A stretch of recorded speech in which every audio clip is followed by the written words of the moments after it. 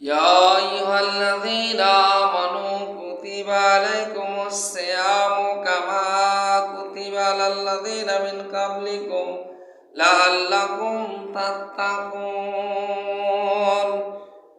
হে ইমানদারগণ, পূর্ববর্তী জাতি সমূহের উপর যেভাবে রোজাকে ফরজ করা হয়েছিল, তোমাদের উপর তদ্রূপ রোজা ফরজ করা হয়েছে। নিশ্চয়ই তোমরা পরহেজগার অর্থাৎ খোদাভীরু হইতে পারিবে। পবিত্র কোরআনে পাকে আল্লাহ পাক রব্বুল আলামিন পবিত্র মাহে রমজানের রোজাকে ফরজ করে দিয়েছেন। ইয়া আইয়ুহাল্লাযীনা আমানু, হে ঈমানদারগণ, ঈমানদারগণ, কুতিবা আলাইকুমুস সিয়াম, সিয়াম মানে রোজাকে, কামা কুতিবা আলাল লাযীনা মিন ক্বাবলিকুম লাআল্লাকুম তাত্তাকুন, তোমাদের উপর ফরজ করে দেওয়া হয়েছে যেরকম পূর্ববর্তী জাতিসমূহের উপর ফরজ করা হয়েছিল। নিশ্চয়ই তোমরা পরহেজগার হইতে পারিবে।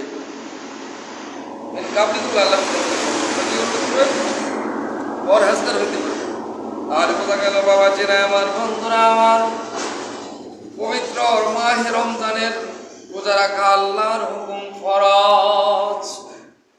আজকাল সমাজে দেখা যায় মাহে রমজানে রোজা থাকে না, বিড়ি সিগারেট খা, গাঁজা খা, ইয়াবা খা, হোটেলের মধ্যে মানুষে গোপনে গোপনে খা, সামনে তো একটা পর্দা দিয়ে রাখে, বুঝাইতেছে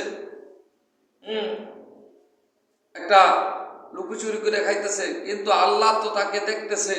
তাহলে এই পর্দাটা দেওয়ার মানে কি? আল্লাহর সাথে নাফরমানি করা, আল্লাহর সাথে গাদ্দারি করা, আল্লাহ পাক রব্বুল আলামিন কে ধোঁকা দেওয়া। আল্লাহ পাক রব্বুল আলামিন দেখে, পর্দা দিয়ে খাইলেও দেখে।